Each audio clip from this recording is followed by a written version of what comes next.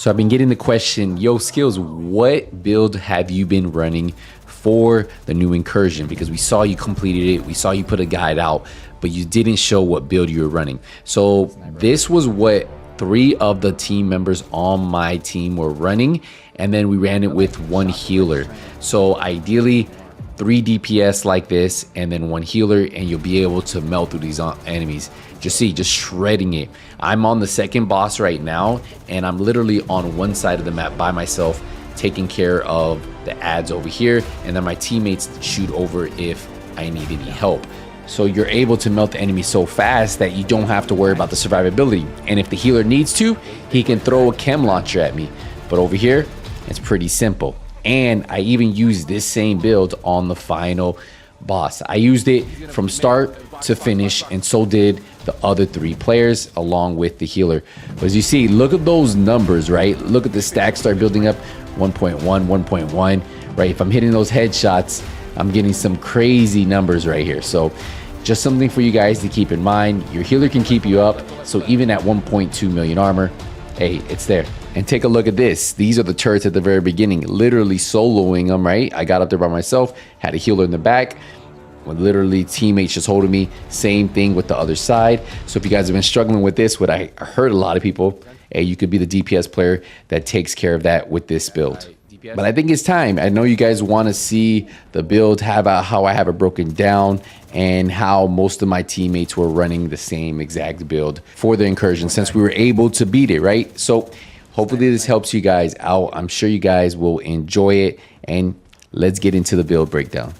So for the specialization, guys, you guys are going to want to run the survivalist. Everybody on your team except your healer. You're gonna have 3 DPS most of the time and 1 healer. And the reason why you guys want to run the crossbow is because of 2 things. Number 1, it's giving you 10% protection from elites. Number 2, your med kits heal your group members within 20 meters over 5 seconds. So that's huge, right? Because especially in the Incursion where you don't get a lot of med kits to drop, well, this helps you guys out a lot. Now for the weapon, we're gonna be running the St. Elmo's. Another weapon that is great for a lot of reasons, right? Because of the talent, you know, shooting an enemy with this weapon will give 1 stack. At 100 stacks, the next magazine will be filled with shock ammo. It already comes with 20% crit damage, 20% crit chance, 20% weapon handling, and 30 rounds. So this weapon alone sits at 70 in the magazine, 978 RPM on the striker. I'm running 1.2 million armor, and I'm sitting at 98,000 total damage. I do have 23 expertise on this, but if you got 10 expertise, this weapon will work just fine. This Incursion isn't a DPS test, it's more of a teamwork test, and you can get through it with less damage than this. So for my secondary, I went with the ACS 12 versus the rock and roll. And the reason why is because I have a talent on here called preservation, especially in areas where you're ad clearing. This can help you out a lot because that extra armor that you get back if your healer can't get to you can definitely survive. I mainly use mine to build my stack. And as soon as I have my stack, I actually swap to the St. Elmo's.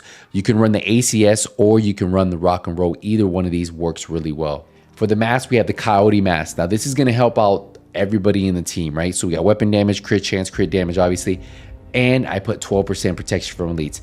Now you can start to see, we start to stack it a little bit because we have the survivalist already 10% and another 12% right here on this mod.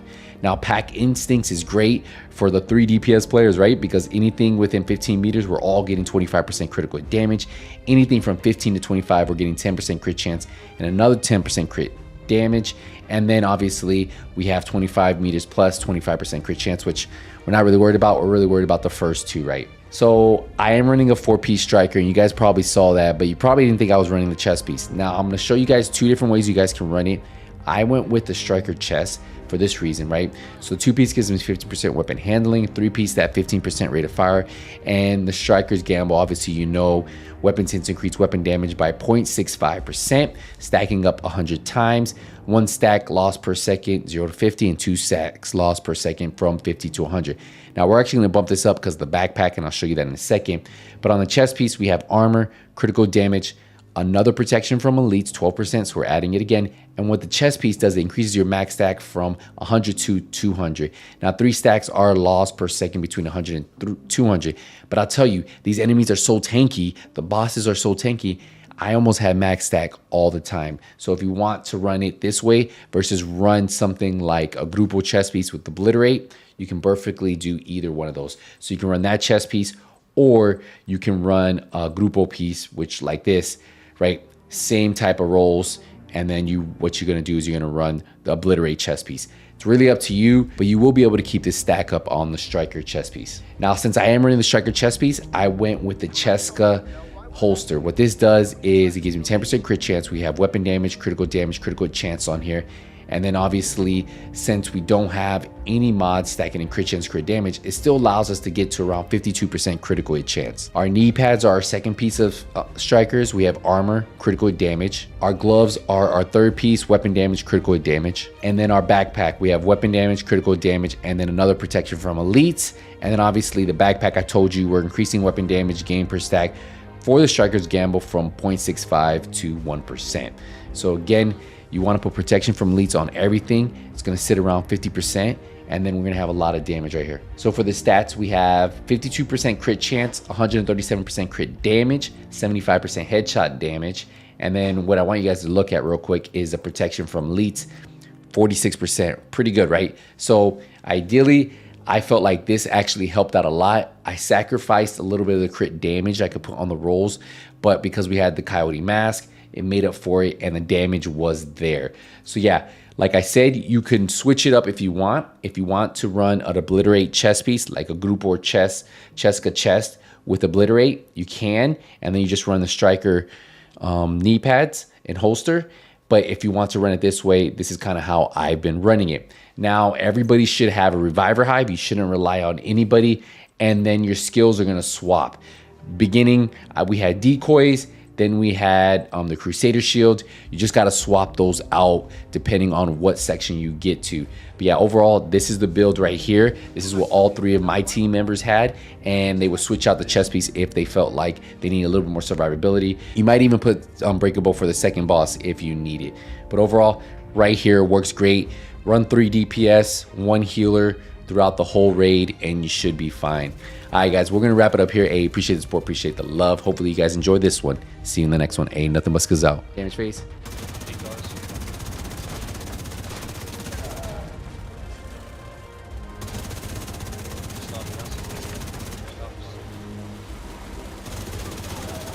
One way in the back. Nice, guys, nice. One behind these skills at the top. Great work, oh, Agent. big boy, push the gate, push the gate. Approach the front gate. Hopefully you can All right, once we get to the access gate.